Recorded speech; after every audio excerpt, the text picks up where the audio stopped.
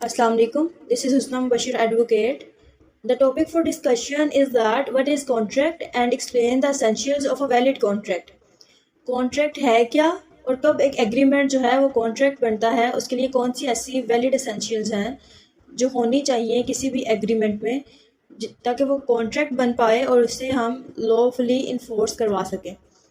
Under the Contract Act 1872, it is most important topic for the law students and it is also most repeated questions in the past paper also, that what is contract and explain the essentials of a valid contract. सबसे पहले हम contract act की definition जो है वो देख लेते हैं. सॉल्वेंट का कहना है कि a contract is an agreement creating and defining obligations between the parties. कि ऐसा एग्रीमेंट जो क्रिएट करता है, बनाता है या डिफाइन करता है. क्या डिफाइन करता है? जिम्मेदारियां दो लोगों के दरमियान, दो पार्टीज के दरमियान, तो वो एक कॉन्ट्रैक्ट कहलाएगा. Section 2H of contract act है, an agreement enforceable by law is a contract. Thus a contract consist of two elements. पहली बात इसमें क्या हो रही है? एग्रीमेंट.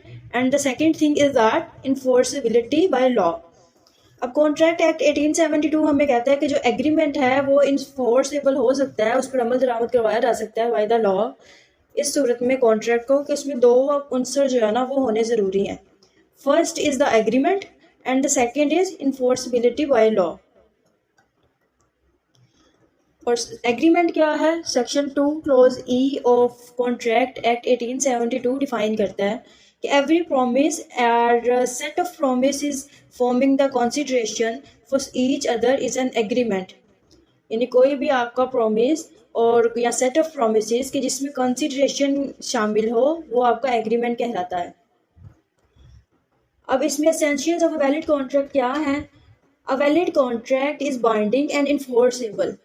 जब वैलिड कॉन्ट्रैक्ट होगा ना तो वो आप इन्फोर्सेबल भी करवा सकते हैं by the court on the violation of any condition of the contract by any party. In a valid contract all the parties are legally bound to perform the contract. The contract can be enforce by either of the parties. यानी जितनी भी उस agreement में वो parties शामिल हैं उस contract में, वो सारी की सारी जो है वो अपनी जो कंडीशंस हैं उनको इन्फोर्स करवा सकती हैं बाय द लॉ अगर वो एक वैलिड कॉन्ट्रैक्ट है तो. अब वैलिड कॉन्ट्रैक्ट कौन सा है? Section 10 of contract act 1872 define करता है all agreements are contract if they are made by free consent of parties. पहली बात, पहला पॉइंट अंडरलाइन कर लीजिए कि कॉन्ट्रैक्ट एक्ट 1872 कह रहा है कि वैलिड कॉन्ट्रैक्ट तब होगा जब उसमें क्या होगा? फ्री कंसेंट ऑफ पार्टीज होगी, यानी पार्टीज की आज़ादाना राय शामिल होगी. Second point is that competent to contract. Parties की होनी चाहिए, कॉम्पिटेंट होनी चाहिए अकॉर्डिंग टू लॉ कि वो कॉन्ट्रैक्ट पे साइन कर सकें, कॉन्ट्रैक्ट पे अमल दरामद करवा सकें, कॉन्ट्रैक्ट की ऑब्लिगेशंस को पूरा कर सकें. For a lawful consideration and with a lawful object and are not hereby expressly declared to be void, whereby necessary the agreement must satisfy the requirements of law regarding writing, attestation or registration. तो ये सारी की सारी conditions क्या थी? According to section 10 of contract act 1872 define किया जा रहा है कि सच एंड सच जो है वो एलिमेंट्स होने चाहिए किसी भी एक वैलिड कॉन्ट्रैक्ट के लिए. अब हम पढ़ते हैं कि essentials of a valid contract क्या है according to the contract act 1872. इसमें फर्स्ट पॉइंट आप नोट डाउन कर लें कि इसमें फर्स्ट पॉइंट है ऑफर एंड एक्सेप्टेंस. देखिए, law is based on common sense. Actually देखें, एक ऑफर होगी, आफ्टर दैट एक्सेप्टेंस होगी. यानी आप किसी को ऑफर करेंगे, अब वो ऑफर कबूल करेगा, दोनों पार्टीज का एक रिलेशन कायम होगा, legal relation, and then next जो है वो प्रोसीड किया जाएगा. तो ज़रूरी क्या है? सबसे पहले आपने याद रखना पार्टीज ज़रूरी हैं. पार्टीज में क्या ज़रूरी है? Offer and acceptance. सबसे पहले हमारी एसेंशियल आ गई वैलिड कॉन्ट्रैक्ट की, offer and acceptance. In order to form an agreement there must be a lawful offer by one party and a lawful acceptance by other party. The term lawful means that the offer and acceptance must satisfy the requirements of the Contract Act. अब offer और essentials of a valid offer मैं इसको explain कर चुकी हूँ अच्छे से. मेरी एक और वीडियो है, इसको समझने के लिए आप वो देख सकते हैं वीडियो. उसमें एक पूरा जो है वो एक्सप्लेनेशन दी गई है कि what is the offer and acceptance and what is the essentials of a valid offer. के कानून के मुताबिक जो है वैलिड ऑफर क्या है और उसके क्या एसेंशियल्स हैं. तो वो आप वीडियोस देख सकते हैं इन कॉन्सेप्ट्स को क्लियर करने के लिए। नेक्स्ट हमारी एसेंशियल एलिमेंट जो है किसी भी एक वैलिड कॉन्ट्रैक्ट के लिए वो है लीगल ऑब्लिगेशंस। अब ऑफर एक्सेप्टेंस हो गई, ठीक है, उसके बाद कानूनी जिम्मेदारियां ज़रूरी हैं। लीगल ऑब्लिगेशंस जो है वो सेकंड एलिमेंट है किसी भी एक वैलिड कॉन्ट्रैक्ट का। The parties to an agreement must create legal obligations. It means that if one party does not fulfill the promise, he shall be liable for breach of contract. अब इसका मतलब है कि देखें, एक पार्टी दूसरी party से किसी भी एक मुआहदे में शामिल हुई, बाउंड हो गई ना दोनों पार्टीज। अब एक पार्टी अपनी जिम्मेदारी सर अंजाम दे रही है, अपना प्रॉमिस पूरा कर रही है, अपना प्रॉमिस फुलफिल कर रही है, और अगर दूसरी पार्टी अपनी जिम्मेदारी सर अंजाम नहीं देती तो उस पर लाइबिलिटी क्या आएगी, ब्रीच ऑफ कॉन्ट्रैक्ट की, कि उसने कॉन्ट्रैक्ट की शिकों को नहीं माना, उसको तोड़ा है कॉन्ट्रैक्ट को। It is presumed in commercial agreements that the parties intend to create legal relations. अब कोई भी कॉन्ट्रैक्ट इन्फोर्सेबल करवाने के लिए ज़रूरी क्या है कि सबसे पहले ऑफर एंड एक्सेप्टेंस होनी चाहिए कि उस बंदे ने उसको ऑफर की थी और द अपोजिंग पार्टी जो है उसने ऑफर जो है वो एक्सेप्ट की थी। यानी पहले ज़रूरी क्या है कि उसने ऑफ़र की थी एंड अपोजिंग पार्टी ने ऑफ़र एक्सेप्ट की थी। और सेकंड एलिमेंट हमारे पास आ गया लीगल ऑब्लिगेशंस।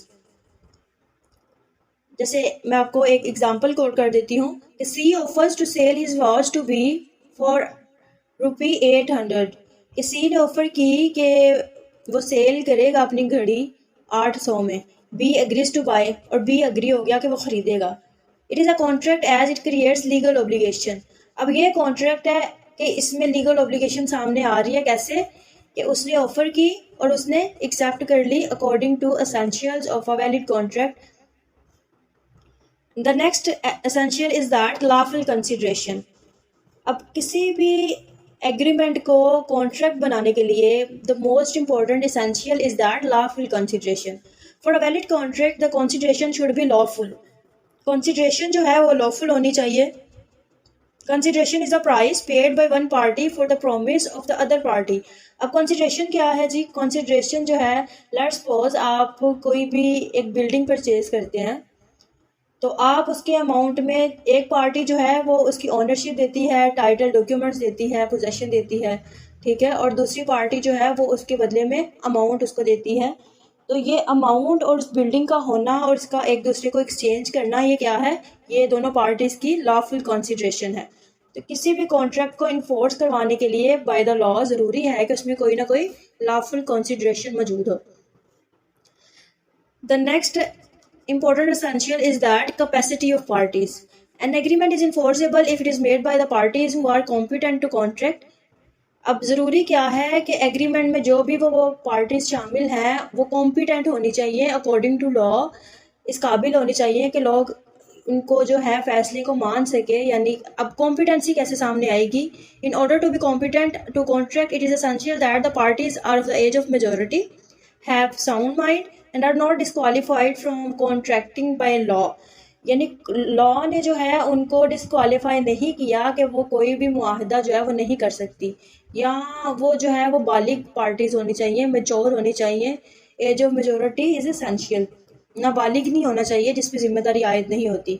और थर्ड पॉइंट इसमें क्या आ गया कि साउंड माइंड होना चाहिए उन पार्टीज़ को जो भी आपस में किसी भी चीज़ के लिए एग्रीमेंट कर रही हैं। The next most important essential is that free consent.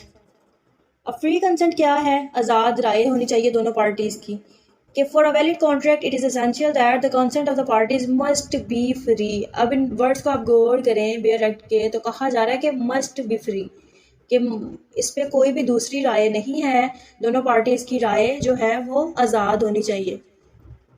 Means उस आज़ाद कैसे होगी? उसमें coercion, undue influence, fraud, misrepresentation और मिस्टेक ऐसा कोई भी उनसर मौजूद नहीं होना चाहिए according to section 14 of the contract act 1872। The next most important essential is that lawful object. The agreement must be made for a lawful object. The object of agreement must not be fraudulent, illegal, immoral, opposed to public policy, imply injury to the person or property of another. कि object जो है ना वो legal होना चाहिए, मकसद legal होना चाहिए उस कॉन्ट्रैक्ट का। लेट्स सपोज कि आप ड्रग्स जो है वो सप्लाई करें और उसका कॉन्ट्रैक्ट कर लें दोनों पार्टीज, और कहें कि हम अब एक पार्टी जो है वो उसने अमाउंट जो है दूसरी पार्टी की नहीं दी, तो आप कहें कि हमारा तो कॉन्ट्रैक्ट हुआ है तो हम ये लीगली जो है वो इसको इन्फोर्स करवाएंगे बाय द कोर्ट। तो ऐसा नहीं होगा, ठीक है, क्योंकि ड्रग एडिक्शन जो है या ड्रग्स जो है उसको सप्लाई करना अनलॉफुल है। तो ज़रूरी क्या है कि आपका जो मकसद है एग्रीमेंट का वो लॉफुल होना चाहिए। नेक्स्ट है आपका एसेंशियल एलिमेंट जो कॉन्ट्रैक्ट आपको बता रहा है, राइटिंग एंड रजिस्ट्रेशन, कि a contract may be oral or in writing. It is better that the contract is in writing because it is easy to prove in court. देखें, आम सी बात है, कॉमन सेंस की बात है कि एग्रीमेंट ये नहीं है कि ओरल नहीं होते, ओरल एग्रीमेंट भी होते हैं और रिटर्न भी होते हैं, लेकिन ज़रूरी और बेहतर आपके लिए क्या है कि आप इन रिटर्न उस एग्रीमेंट को जो है वो परफॉर्म करें और रजिस्ट्रेशन जो है उसकी लाजमी करवा लें, साइन करवाएं, स्टाम्प करवाएं, अटेस्टेड करवाएं बाय विटनेस से, और उसको रजिस्टर्ड करवाएं ताकि आप इजीली जो है वो इसको इन्फोर्सेबल करवा सकें अगर कोई भी खलिश होती है दोनों पार्टीज़ में इन द फ्यूचर। जैसे for example sale and mortgage of land, कोई भी आपका कॉन्ट्रैक्ट है आप उसको इजीली जो है वो इन्फोर्सेबल करवा सकते हैं। नेक्स्ट इंपॉर्टेंट एसेंशियल है certainty of terms. According to section 29, agreements the meaning of which is not certain or capable of being made certain are void.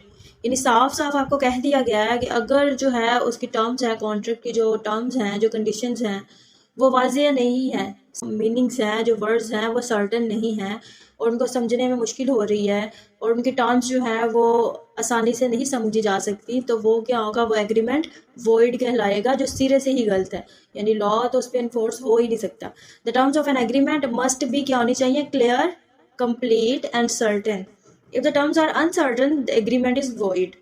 तो ये आप याद रखें कि किसी भी एग्रीमेंट को कॉन्ट्रैक्ट बनाने के लिए ज़रूरी क्या है कि इसकी टर्म जो है वो कंप्लीट एंड सर्टन होनी चाहिए, वाज़ेह और मुकम्मल होनी चाहिए। The next essential is that possibility of performance. A valid contract must be capable of being performed. An agreement to perform an impossible act is void. If the act is legally or physically impossible to perform, the agreement cannot be enforced by the law. अच्छा, next आपके essential है कि possibility of performance. Possibility of performance is that a valid contract must be capable of being performed. An agreement to perform an impossible act is void. यानी उसमें possibilities हों कि performance हो सकती है बाय द पार्टीज़, ये ना हो कि वो एग्रीमेंट जो है वो परफॉर्म ही ना किया जाए बाय द पार्टीज़, तो वो फिर अगर उसकी परफॉर्मेंस इम्पॉसिबल होगी तो वो जो आपका एग्रीमेंट है वो भी वॉइड होगा। नेक्स्ट एसेंशियल आपकी है possibility of performance. A valid contract must be capable of being performed. अब ऐसा एग्रीमेंट जो कि नामुमकिन है उसको परफॉर्म करना तो वो वॉइड कहलाएगा। If the act is legally or physically impossible to perform, the agreement cannot be enforced by law. By the section 56 of the Contract Act 1872. अब ये कैसे आपको इसके लिए मैं आपको एग्जांपल कोट करती हूँ ताकि आप जो है इजीली अंडरस्टैंड कर सकें इन टर्म्स को। कहा जा रहा है कि C agrees with B to discover a treasure by magic. C जो है वो एग्री करता है बी के साथ कि वो दरियाफ्त करेगा मैजिक के साथ खजाना। The agreement is not enforceable by law. अब ये इम्पॉसिबल है और इसलिए वॉइड है और that's why agreement is not enforceable by law. इसको आप इन्फोर्सेबल नहीं करवा सकते। The last and 10th most essential element for a valid contract is that not expressly declared void. The agreement must not be one of those agreements which have been expressly declared to be void by the law. Section 24 to 30 explain certain agreements which have been expressly declared to be void. अब कहा जा रहा है कि अब जो कानून ने हमें बता दिया, लॉ ने हमें गाइड कर दिया, सेक्शन 24 to 30 हमें एक्सप्लेन कर रहे हैं कि सच एंड सच जो एग्रीमेंट्स होंगे वो आपके वॉइड है। तो वॉइड एग्रीमेंट की कानून में कोई हैसियत नहीं है, ना ही उसको आप अकॉर्डिंग टू लॉ इन्फोर्स करवा सकते हैं। तो अगर ऐसा कोई कॉन्ट्रैक्ट है, ऐसा कोई एग्रीमेंट है कि जो वॉइड है एग्रीमेंट, तो वो ना तो कॉन्ट्रैक्ट होगा और ना ही उसे आप बाय द लॉ इन्फोर्स करवा सकते हैं अकॉर्डिंग टू सेक्शन 24 और 30 जो है। अगर वो वॉइड एग्रीमेंट हैं तो आप इन्फोर्सेबल नहीं करवा सकते। जैसे for example agreement in restraint of trade, agreement by way of wager, ये सच टाइप्स थी एक किसी भी एग्रीमेंट के वॉइड होने की। तो अगर वॉइड एग्रीमेंट है तो that is not enforceable by law according to section 10 of the contract act, क्योंकि वो एक ना तो एक वैलिड कॉन्ट्रैक्ट है और जब तक वैलिड कॉन्ट्रैक्ट नहीं होगा तब तक आप उसको इन्फोर्सेबल नहीं करवा सकते बाय द लॉ। अब किसी भी एग्रीमेंट को जो है वो इन्फोर्स करवाने के लिए ज़रूरी क्या है, उस एग्रीमेंट का कॉन्ट्रैक्ट होना। अब एग्रीमेंट कॉन्ट्रैक्ट कब होगा, जब ये 10 की 10 एसेंशियल्स किसी भी एग्रीमेंट का हिस्सा होंगी।